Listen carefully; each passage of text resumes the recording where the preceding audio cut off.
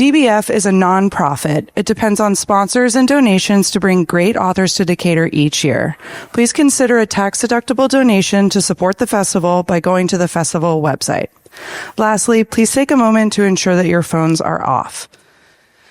Now, I'd like to introduce our moderator, Jeremy Redmon. He writes for the Atlanta Journal-Constitution, where he has reported extensively on Native American history and culture. He teaches for the University of Missouri Journalism School. Jeremy's articles and essays have appeared in Smithsonian Magazine, Oxford, American, and USA Lacrosse Magazine, and his writing has been recognized by the New York Times, Best American Essays, and longreads.com. Welcome, Jeremy. Hey, I said phones. Next, I'd like to introduce our author.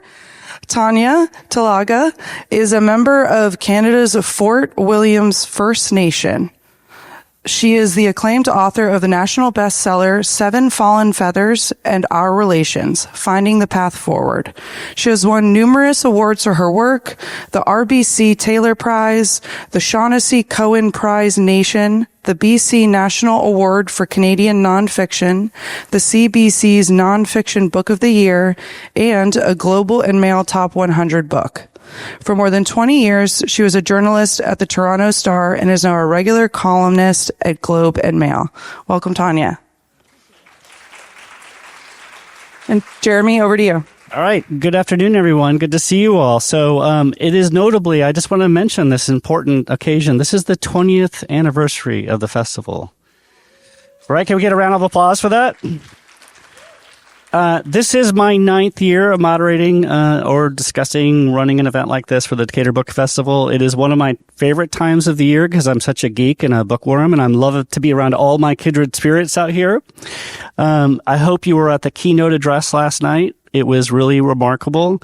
It will be tough to compete against that event, especially when they started the conversation by saying this will be the most exciting conversation you've had about fascism ever. But Tanya and I will do our best today. So some programming notes, a few things. Tanya is going to start with reading some passages from her excellent book. Afterwards, I'll get the conversation started with some questions for Tanya, and then we'll eventually open it up to a Q&A from the audience. So be thinking about questions you'd like to ask. And then immediately after the event, Tanya will be available to autograph copies of her book just outside. So don't miss that opportunity. Tanya, are you ready? All right. Kamusko pimushishe pinishish nigisnikas makwa dodam. Hi, my name's Tanya, and I'm really delighted to be here. I'm very grateful for the invitation to be here. And this conversation is something that we're about to have that I think America has needed to have for a very long time. We don't often talk about the rights, human rights of Indigenous peoples in this country, and I don't know why that is. Well, okay, I do. I got some ideas. A lot of the same ideas north of the medicine line. But I'm glad we're having this conversation now, and I appreciate the invitation to be here. So I wanted to start because I know that maybe some of you don't know my work or my writing, and I wanted to give you a flavor of my last book, my latest book, The Knowing, and what it's about. And I thought I would start with the very first chapter of the very first book. So The Knowing is a book that you could say has taken me a whole lifetime to write. It's a book that was started by my great uncle, Hank Bowen, who was a World War II veteran and also a member of Fort William First Nation. And he had this brown envelope full of letters and maps and pieces of information because he was always writing letters trying to find out about his mom, Liz. He knew nothing about her. She hated speaking her language. She was a First Nations woman. That's what we say in Canada. We don't normally use the term Native American. So you'll hear me say a bunch of different terms, which I can talk about as we come on them. But if you are a First Nations person, you're a member of one of 634 First Nations in Canada. We are also called Indians. And my Uncle Hank knew his mom was an Indian. He didn't know where she was from, and he didn't know why she never spoke about it. She used to say that the nuns beat it out of her, and that all she learned from Indian residential school was how to bake bread. She refused to speak her language, and she hated everything about who she was. Liz raised my mother. Liz's mom, Annie, so my mother's great-grandma, disappeared in 1930. And my mother had been asking me to find her for the longest time. She's been asking me forever. I'm a journalist, and she said to me, "This is your job. You're the one that's supposed to do this." My mother's in her 80s now, and I knew I had to get going. Time was ticking. So this is what came out of my mother's ask and my Uncle Hank's brown filing folder. Chapter 1, The Knowing. Annie Carpenter lies in an unmarked grave just south of a giant blue and yellow IKEA, directly off one of the busiest thoroughfares in North America, the Gardiner Expressway, part of the Queen Elizabeth Way, which cuts west and east across the city of Toronto. It feels like an area you're driving through to get somewhere else, not a destination. I have lived in Toronto my entire life, born and raised in this city of immigrants, a city built on the land snatched from the Mississaugas of the Credit by the Toronto Purchase Agreement of 1805. The British, looking to secure trade routes and the safety of the growing city of York, as Toronto was then known, entered into a now disputed treaty with the Mississaugas, an Anishinaabe group of families who had made their home here for centuries. I'm going to pause here for a second. So who are the Anishinaabe? What is Anishinaabe? Anishinaabe means original people. I am Anishinaabe. If you were to take the Great Lakes and draw a giant circle around them, the Anishinaabe live all around the lakes. We go to the south, we go to the north, to the west. So, the Mississaugas were Anishinaabe. The Anishinaabe say they were duped by the British and that the agreement they signed was blank. They said it did not, in fact, cede to the Crown any land, much less the area on which the cities of Toronto and Vaughan are built. Their concrete office towers and condos pocking the land with thick, crusty pavement. Our peoples have walked on this land, now trapped beneath the city's hard shell of concrete, asphalt, and steel, for tens of thousands of years. The soil remembers our footsteps. I have traveled along this highway too many times to say, heading in and out of the city, ferrying my children to Hamilton and back to see their father's relations. How many times have I taken this route to get to the airport or to go to Sherway Gardens, a giant shopping mall smack in industrial West End Toronto? All this time, until 5 weeks before writing this, I did not know that I was driving past my great-great-grandmother's grave. How cruel reality is. She was right here, all this time, since 1937. Gone from us, from her language, from her Innu, Omashkego Cree family, and so very far away from the water that knew her, the giant Albany River and James Bay Basin. Gone from her clothes, her beads, and her rocking chair. Gone from the sweet smell of burning sage, the softness of a floor of firs, and the guttural sounds of a flock of geese making their way south in the brilliant blue sky. Gone from her children, from the beautiful embrace of a gaggle of grandchildren, my grandmother, Margaret, among them, who used to listen to her as she sang the sweet sounds of 10,000 generations of our families. We carry our knowledge through our songs, never written down. Our knowledge was lifted and passed from one to the other through our singing, through the beat of a drum, the circular sound of a drum beat, the sound of human heart beating. She used to sing as she rocked. This is my grandmother's only memory of her. She said Annie spent hours singing softly and rocking. She did not stop. Oh, Annie, what happened to you? What did you see? How did you feel when you were sent 1,553 miles away from your home, away from everything familiar, away from your way of life, and shoved into, of all horrific places, a lunatic asylum? Did you even know what kind of place it was? It must have been disorienting, frightening, as if your world had ended. Were you trapped in a dingy cell? Did you comprehend any of what the whites said to you as they poked and prodded your body, strapped you on a gurney, and locked you away? They spoke a language that did not come from you, in sounds that did not come naturally from your lips and were not understood by your ears. Did they torture you? Hurt you? Did it not matter anymore because this physical pain was nothing compared to what it felt like to be ripped away from your children, your home, and your family, everything that you knew? We looked for you since the 1930s, the decade you were taken away, never to return.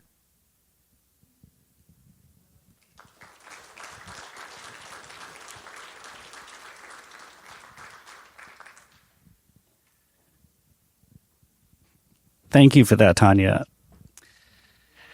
I want to back up a little bit. And first, congratulations on the publication of this book. It's important to mention that if I understood when we talked this week, Tanya, that this was published originally in Canada about a year ago.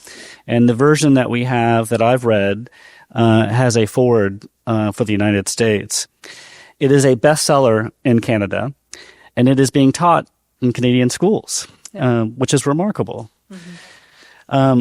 I also understand that this is only the second time you've made an appearance in the United States to discuss this book. Yes, that's true. First time in Seattle? The first time was in Seattle, because truth be known, I was hesitant about coming across the border. Understood. Let's talk a little bit about the timing of this event, too.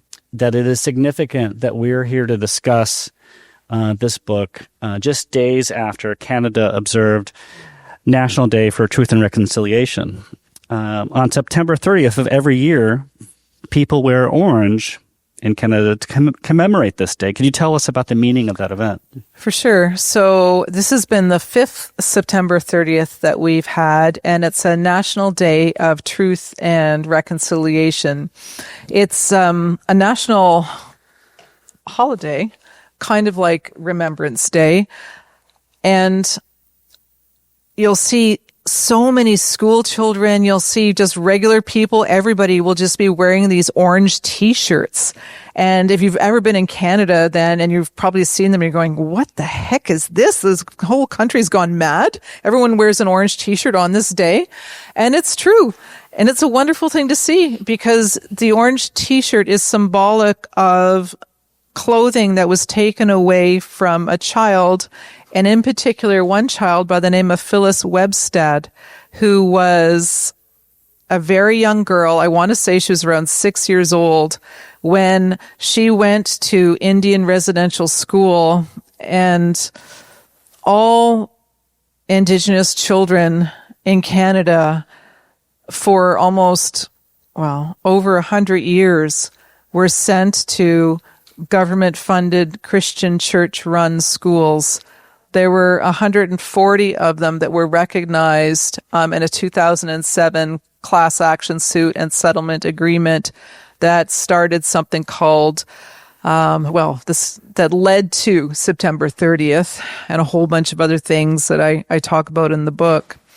And when the children were taken away from their families, their communities, their language, their parents, everything that they know, and stuck into these schools, the first thing that were taken off of them were their clothing. Their clothes, whatever they had on, their belongings. If they had a teddy bear with them, it was gone. If they had a special pair of moccasins or shoes, gone. Like, photos, gone. Anything they had was stripped away, and their hair was cut right away. They were, scrubbed often rather violently with like soap and everything, and haircut. Phyllis had this orange blouse that her mom had given her, and it was a big deal to her, right? It was something, she was proud to wear this. And then when she got to the school, she went to school in British Columbia, I want to say Williams Lake. It was ripped off of her, and she never saw it again. Phyllis is still alive because the last Indian residential school actually closed in 1996 in Canada.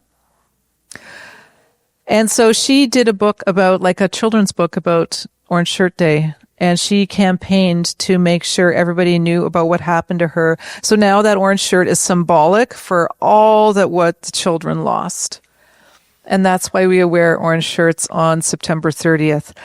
And September 30th came out of the Truth and Reconciliation Commission in Canada, which was something that reported in 2015. It was a national commission that looked at the horrors of these 140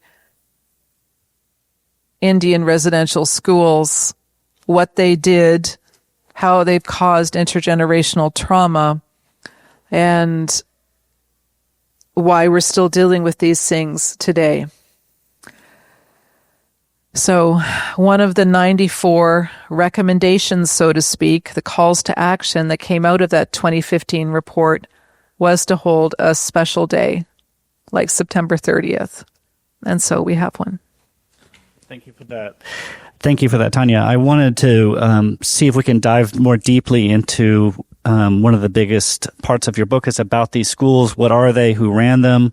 In the United States and Canada, by the way. Who set them up? Who funded them? And I just want to mention for those of you here, you're mostly, I'm sure, from Georgia, that there were 2 of these schools in Georgia, according to the Interior Department, which has released a list of where they are across the United States. One was called Hightower Mission School, also known as the Etowah Mission School or Otonee School, operated in Cartersville in North Georgia.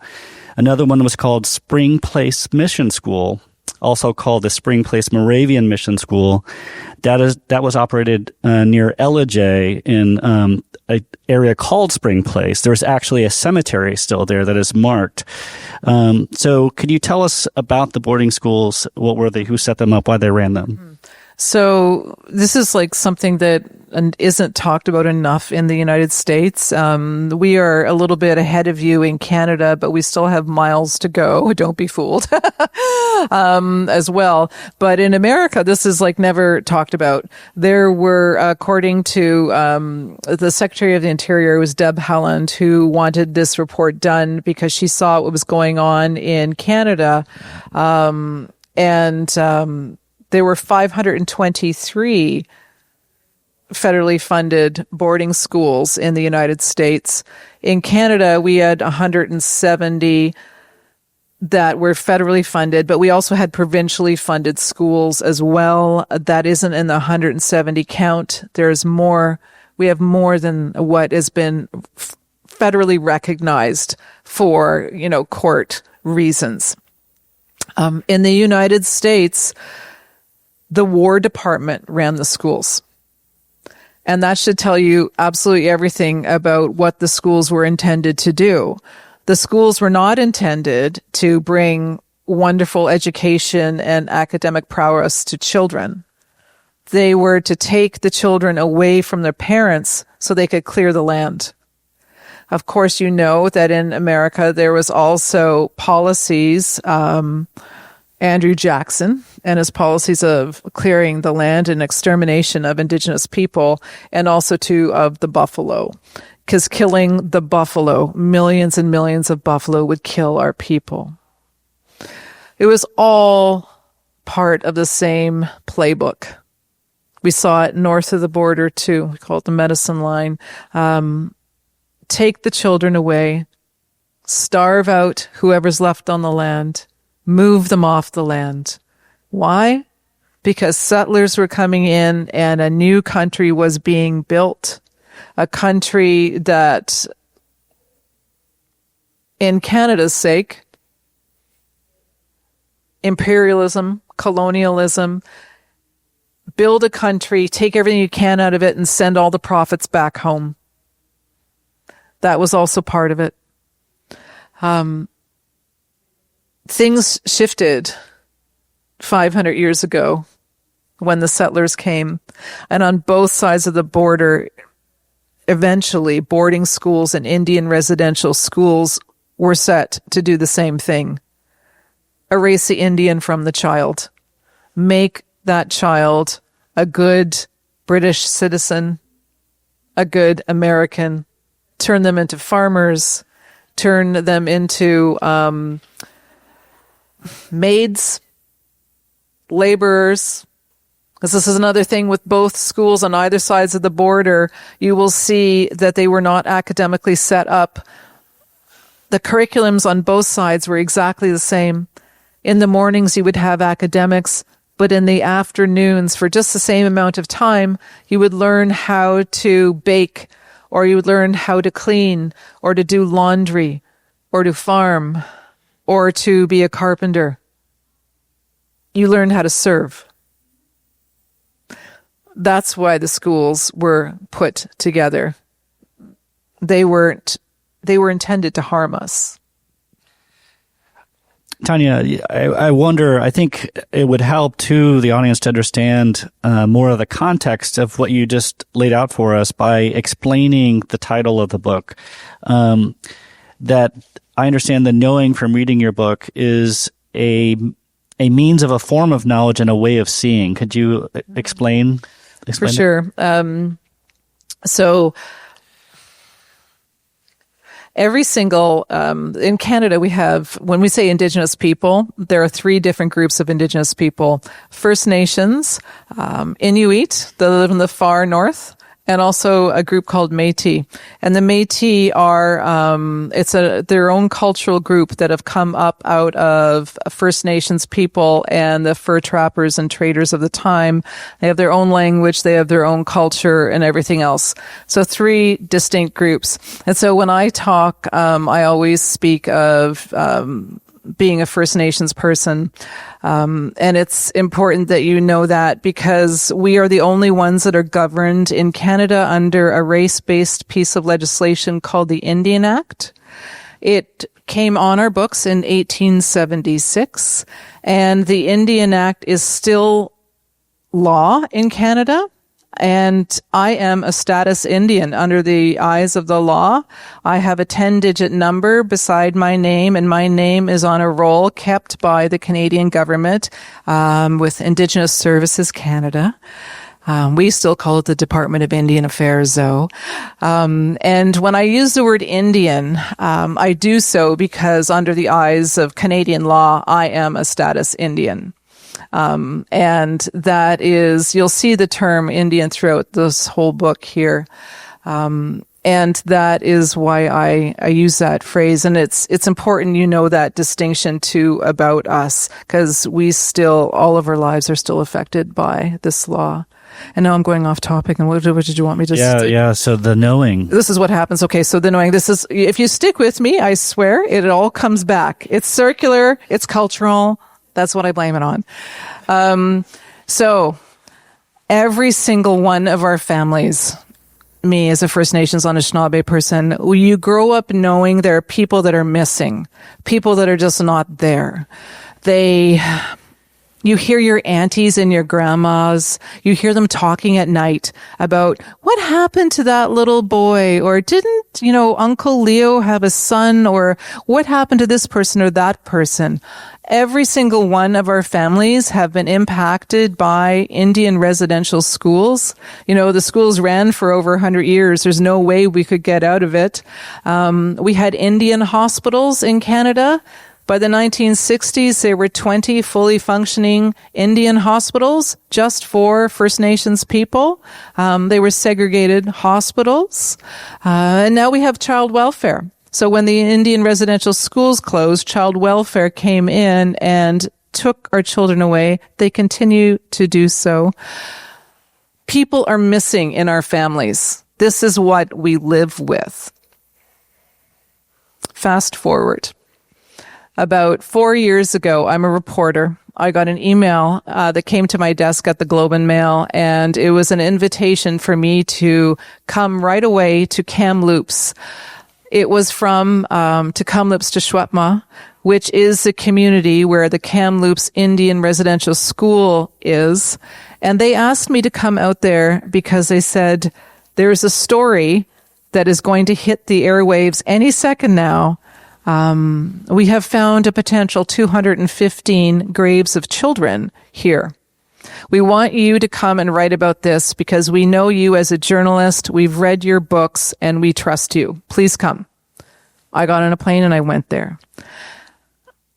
I met a survivor named Evelyn Camille, and I remember sitting with her the very first day I got there, and she said to me, she was a student at this Kamloops Indian Residential School, and she said to me, Tanya, we always knew there were classmates. We heard of people that never came home from this place. They disappeared here, and we never heard from them again. And she said to me, we call this the knowing. And as soon as she said that to me, I thought to myself, that's just like my family. It's just like every other First Nations person that I know. We have people that are gone, and we've always known it. So when I was writing this book, it had to be called The Knowing. Thank you for that. That's remarkably compelling, that thread in the book.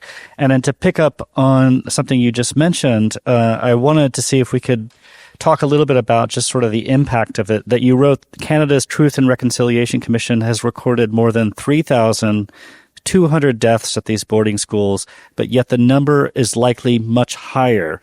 And I wanted you to get at the nuance of why that is so. And I understand part of that is because there were many not federally supported. Some were supported by religious organizations. And I'm interested also in the impact of various faiths in what happened. Thanks for that.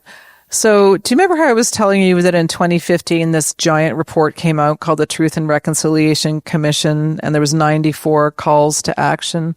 Well, that giant report came out after 7,000 survivors and witnesses were interviewed by commissioners that went all across the country from coast to coast to coast and talked to all these different people and wrote down everything they learned. And they produced these incredible volumes. If you ever get the chance, read them online or order them. Go to your library and read them. They are the TRC's full final report. One of the reports was this little thin volume with an orange cover, and it was about children that were missing. And that volume didn't get a lot of press. At the time in 2015, when this all came to light, when the report was released, that's because Canadians were hung up on the use of the term genocide. Because Murray Sinclair, who was the Anishinaabe justice who ran the commission, said a genocide happened here. And everyone was just also a flap about that they just ignored this book that said 3,200 kids. And why it's important I'm talking to you about this is because the commission, the TRC commission, asked the federal government for funding to look into, because when they were doing this 7,000 people and talking to them, they collected 3,200 names of kids that were just gone. And they did that just kind of off the side of their desk. And when they did the report, they wanted funding from the federal government. They asked for it, and the government said no. So 3,200 was, they knew there was way more than that, but that's all they could quantify at that time. And of those 3,200, they didn't know, I think it's a quarter, they didn't know where the children are resting. A quarter, their names weren't identified. Another quarter, their sex. Like, just the children were treated with such horrible apathy. It's remarkable. So Justice Sinclair, before he passed away, he talked a lot about the children. And when Kamloops and the 215 happened, all of a sudden, all these First Nations communities where there was an Indian residential school, they all started to look. Everybody started to look and see, what do we have here? And so you will see in the news, or you might have or might have not, you would see other schools like Maryvale, 700 children. That's Cowessess, Saskatchewan. You would hear about the Brandon Indian Residential School, the industrial school, and children were found there. McIntyre in Ontario, Fort Albany, the mush hole. Like, all of a sudden it was just bang, bang. Like, every few months or so you would get more and more and more. It's like something woke up in all of us to go look for those kids. A particularly searing part of your book goes at other forms of trauma that happened in these boarding schools. And I wish you could help illuminate some of that. It is very particularly difficult to read that there were experiments that were done on these children. Yes. So some of the kids, the children at C.W. Jeffries, for example, in Kenora, Ontario, they were nutritionally experimented on. And actually, doctors ran these experiments as well. And of course, you know that the first thing about being a doctor, you take a Hippocratic oath that you're not going to do any harm. Yet nutritional supplements and food was held back from children. And those experiments actually led to the creation of pablum at the Hospital for Sick Children in Toronto. And pablum is like infant cereal, right, that people use. Children were not seeing dentists, and beyond the medical experimentation, so many kids, tens of thousands, died of preventable illnesses because they did not see doctors. They were never given antibiotics. They died of neglect and also just malpractice. Tanya, you wrote in the book, I'm turning this back to the United States, that the United States has a broken relationship with Indigenous people.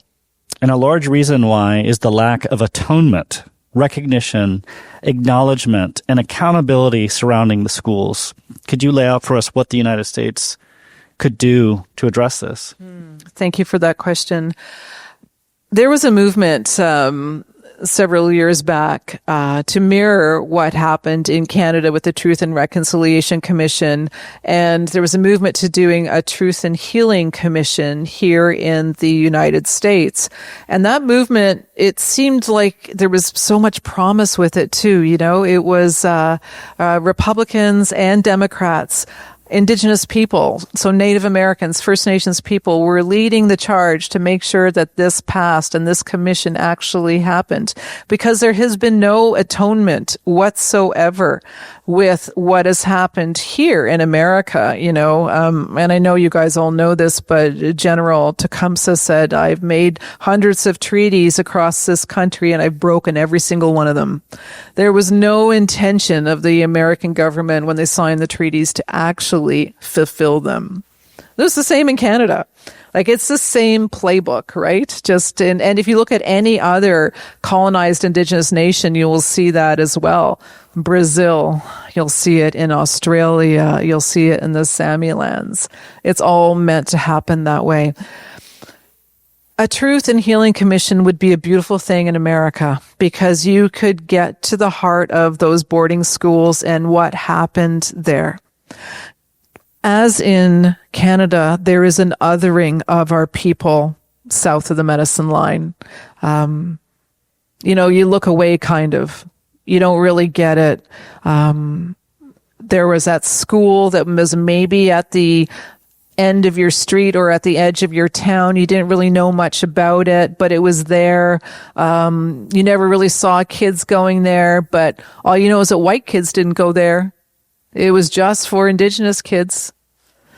But that's caused a break, not just a break in families over generations, because it wasn't just one generation of a family going. It was somebody's mom, grandma, great-grandparents, great-great-grandparents. That is a spiritual rip, a divide that just needs to be reckoned with. You need to have, in my opinion, you need to come to grips with your past there to understand who you are as a country, what your beginnings are, and how you can move forward with that. Because no one's sending anybody back. Well, we've got to figure out a way, right? You got to figure out a way of how to fix this. And it just, again, it reminds me of last night when they said, who is going to save us? Us, right? Through writing, through books, through literature. And I love the comments last night about write for those who cannot write, right? Mm-hmm. I want to turn it back. We've talked about the government, but to religion and the church, and there are very poignant passages in your book about the Catholic Pope and expressing contrition. I wish you could talk a little bit about the role of religion in these boarding schools and to what extent they've sought to atone. Mm-hmm. Okay, that's a big question. So while the schools were all run by the War Department, for instance, at the beginning in the United States, and in Canada by the federal government, funded, I should say, the Christian churches, all faiths of Christian churches, and when I say that, I mean all the big faiths, right? Like, Catholicism, Protestants, Anglicans, Mennonites, United Church. They were in charge of the schools most of the time. And with anywhere, you get your good eggs and you get your bad eggs. And oftentimes, in Canada, the Catholic Church ran the majority of the schools. And we have seen, sadly, the bad eggs moved around from school to school to school, never really prosecuted. Crimes went unpunished in our schools. And I'm going to say it's the same in the United States. There were no police investigations into allegations of murder or rape or abuse or anything like that. It just didn't happen. Not until the 90s, when we turned to the courts to sue the government or the churches in order to admit what happened and to atone for that. If you are, believe in Christianity, you believe in these things, in making things right and atonement. That has been a fight.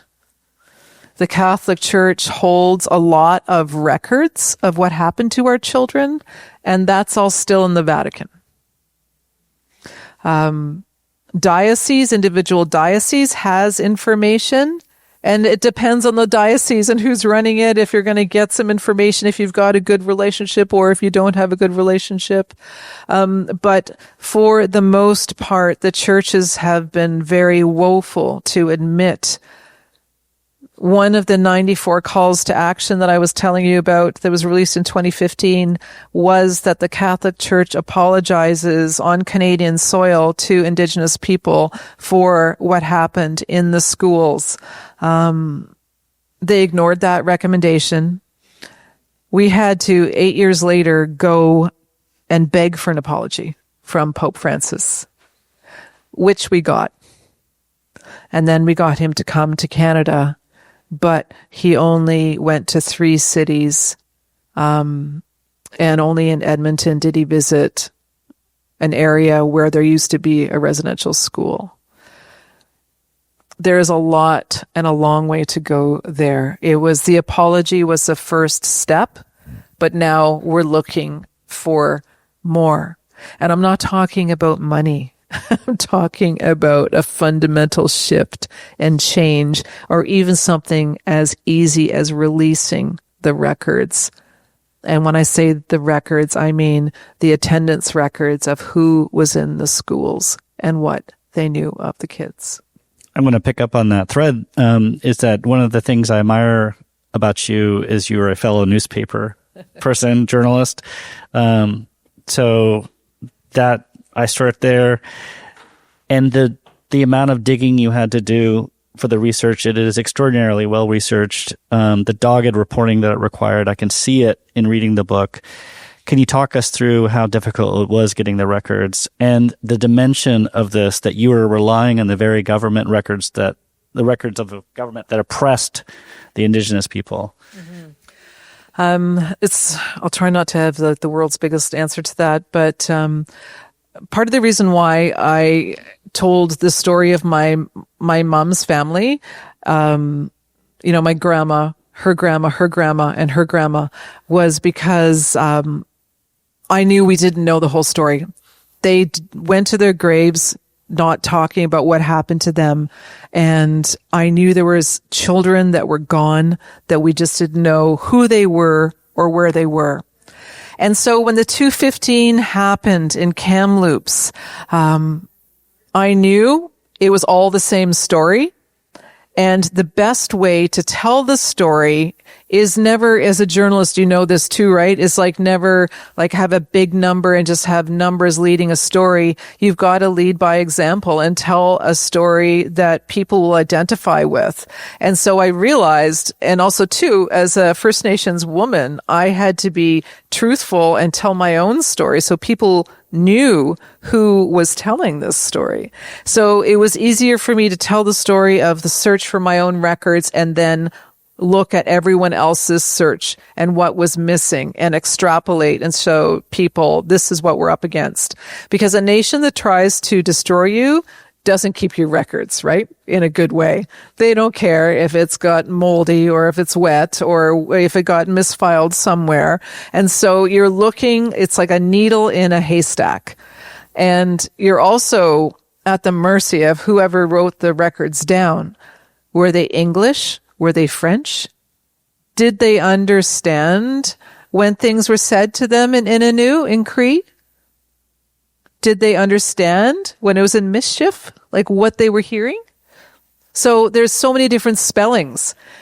And so in order to write this book and to find the records, I had to find multiple sets and go at them in different ways. As a friend who's a lawyer who helped me with this book quite a bit, Kim Murray, said, there's always a record somewhere. And there is. In university basements. Oh, gee, Harvard, they even had our hair. Right? All the universities have records, notes, museums, art galleries, municipalities, hospitals. There's always a record somewhere. You mentioned the approach of how to write this book, and I wonder if you could talk about genre. To me, I'm impressed with how this is a braided narrative, that it is genre defying. It is deeply reported memoir. It is exhaustive historical writing. And it is an unflinching expose. How would you describe? Oh, thank you for that. I hope it's not exhaustive. Exhaustive as in hard work. It's someone, I don't know. I don't think it's a memoir. I haven't written that yet. Yeah. But certainly the search for your great-great-grandmother. The search, that is definitely the chronology of a personal search, for sure. But I also felt like I had to retell history. I had to retell what Canadians tell themselves. And, when I was writing this book and I was looking back at the history and what's available and what I learned in school, I never learned about Indian residential schools or day schools or the Indian Act. We never learned about our people. It was like we didn't matter. It's like we didn't exist. It's the same thing here. Things are starting to get better. Like in Canada, our children in kindergarten are wearing orange shirts and they're learning about Indian residential school. They're learning about the Indian Act and the differences between Indigenous people. No, we don't all know each other, and no, we're not all the same. Very different. Those concepts just need to come out. And so when I started to write a book about Annie, I retold Canadian history and to a large part some of America's history too. Thank you for that. I think we're at the time now where we want people who have questions to queue up at the microphone. I'll continue asking questions while you think of what you want to say. Please stand up at the microphone. We'd love to hear from you. I'll ask one question as this gentleman's coming up that I really want to ask about, it's a burning question that you and I have talked about, is that this traces two genocides. You write about this briefly in the book, is that you have Polish ancestry. And this is the 80th anniversary in January of this year of the liberation of Auschwitz in Poland. This is, to me, a really fascinating thread of your book. Can you elaborate a little bit about your Polish heritage and the comparison or the parallel you draw? Mm-hmm. I talk about that in the beginning of the book. He says, my father was Polish and comes from a Polish family. No Native American in him whatsoever. It's just my mother's side. And so I talk about his family and about how his family came to Ellis Island in 1911 with Austrian passports, and they were running away. They were fleeing the horrors of what was happening at that point. And it was only when I went back to Poland, because my family said you could never go back there. You're not allowed to go back there. Our family would be arrested, because that's what it was like until the wall fell in 1989. And yes, I'm that old. But like in the 70s and the 80s, we could not do that.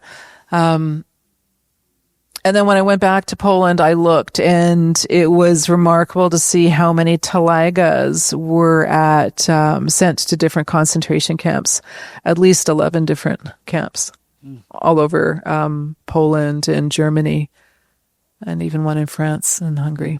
Yeah. I was just going to say, I was impressed with a Canadian television program, and with an E, that had a subplot about a friend who went to one of those schools. I don't know if you have anything to say about that, but I guess my main question just is about pushback, because in this country, we thought we were making some progress in the kind of direction you're describing, and now it's just being stomped on as much as possible. So are there forces in Canada that are waiting in the wings to try to do something like that and push back? That's a great question. Yes, we're seeing that in Canada now, after you guys had a change in government.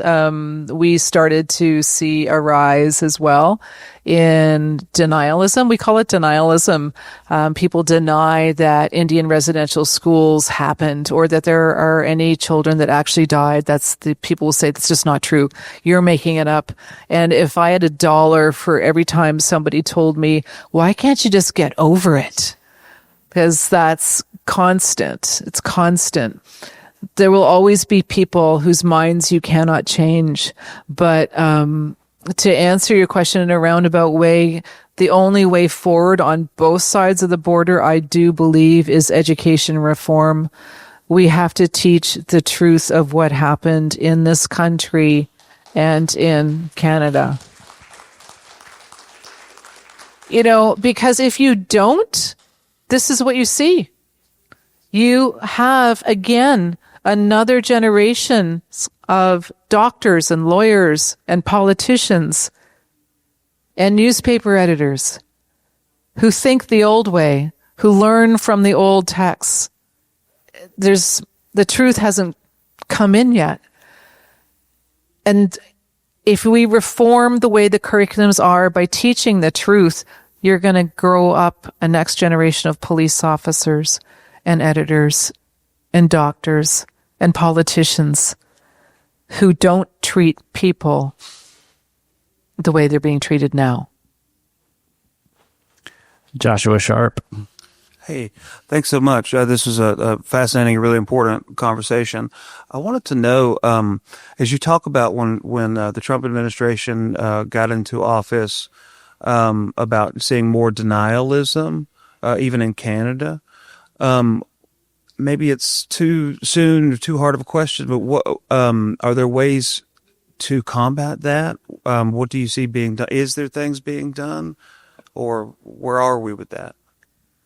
Oh, I'd love to answer. I can't answer your question. It's nice to meet you.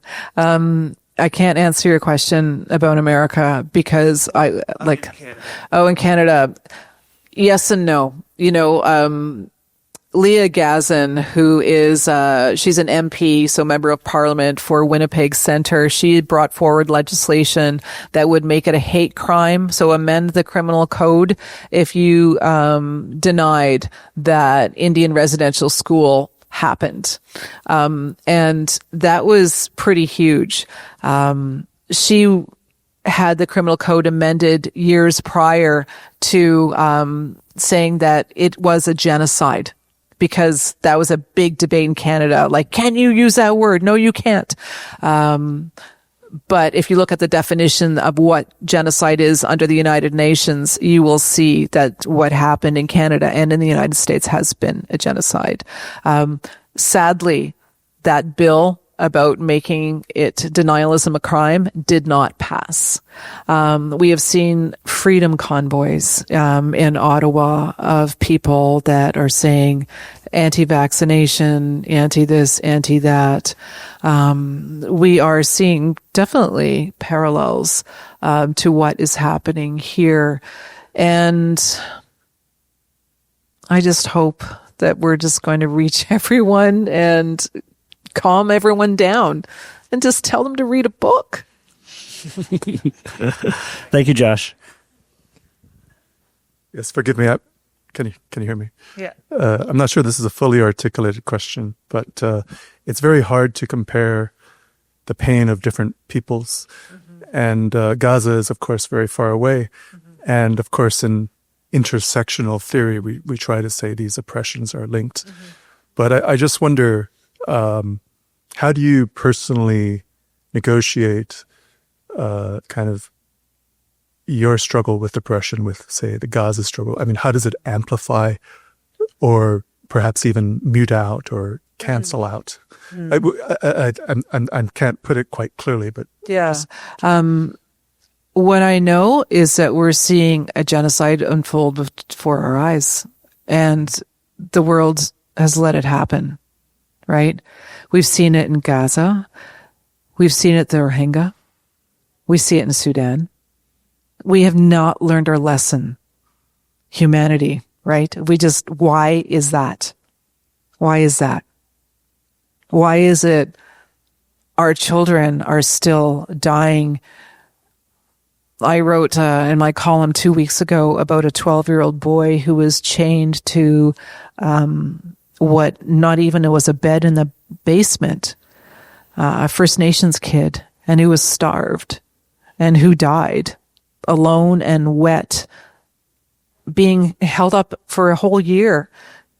He was taken away from his family and his community, and he was raised by 2 white women. We see genocide all around us. We see in Gaza, too, it happening, and it's awful. I can't stand opening my phone. The images are right there. But we live it every day here, too, with our children. It's all the same. All the kids are dying. And why isn't anyone saying anything? I really try not to sit and think about it all because it's so overwhelming, to be frank with you. It's just, where does it stop? I don't know. This isn't an answer to your non-question. I'm sorry. Okay, thank you. Hi. I was curious if you could speak a little more about, you mentioned the Truth and Reconciliation Report, and I'm curious if it seems like it seems like Canada has implemented some of the recommendations. You were mentioning the holiday, but I suspect that a lot of things have not been done and have been ignored. And I guess I would be curious for you to speak a little bit more about what Canada should do more to kind of implement those recommendations. Thank you for that question. So 13 of the 94 calls to action have been fulfilled in 10 years. 13. And one of those calls was Orange Shirt Day. Okay, easy. Another call, have the Pope apologize. Okay, it took a long time, but it happened. Okay, gone. But the big fundamental changes are still out there waiting to be changed. The very first 4 recommendations concern child welfare. Because as I mentioned, and it's the same in the United States, as those schools close, the boarding schools, the Indian residential schools close, Child Welfare Service sweeps in and takes children away, takes Indigenous kids away, and puts them into majority non-Indigenous, usually white families to raise. We need to have control of our children. That has to stop. And we need the tools in order to give our kids a safe home, one that's not moldy, one that's got a fridge full of food, like the determinants of health. Every child deserves those things. And that is addressed right off the top in the TRC. And that still hasn't happened. We're still fighting that. So the big ones are yet to be done. Thank you. Hi. Just wondering, in your personal and professional capacity, with other Indigenous cultures around the world, you mentioned like New Zealand, Australia, like the Sami people in Scandinavia, Brazil. Have you had, I guess, conversations with those people, and what lessons might be learned from any, I guess, progress or successes they've had? Mm-hmm. And also, are there any lessons that Canada or the United States could give to those countries or those people? Thank you for that. So my second book, All Our Relations, I looked at Indigenous nations that were colonized and saw the same patterns in each of the nations. So when I was talking about the Sami lands, I went to northern Norway, and it was incredible to see the similarities, for instance, with America and Canada, with the loss of language, the boarding schools. The same thing happened in the Sami lands, the erasure of the people in order to move them away and get them off the land. But when you ask that question, was there something that I saw that could make a difference? How the Sami treat mental health and addiction is really quite remarkable. For lack of a better word, it's it's like a donut. So the family, if there is a child with mental health in crisis, or if there's addictions issues, they treat the whole family, and there's like a team of people around them. And you go out onto the land as well. It's part of like land-based learning is also part of that healing process. There's so much that we could all learn from each other, but that one thing was so incredible for me to see, because my second book dealt with another phenomena that is in every single Indigenous colonized nation, and that is high suicide rates amongst our children.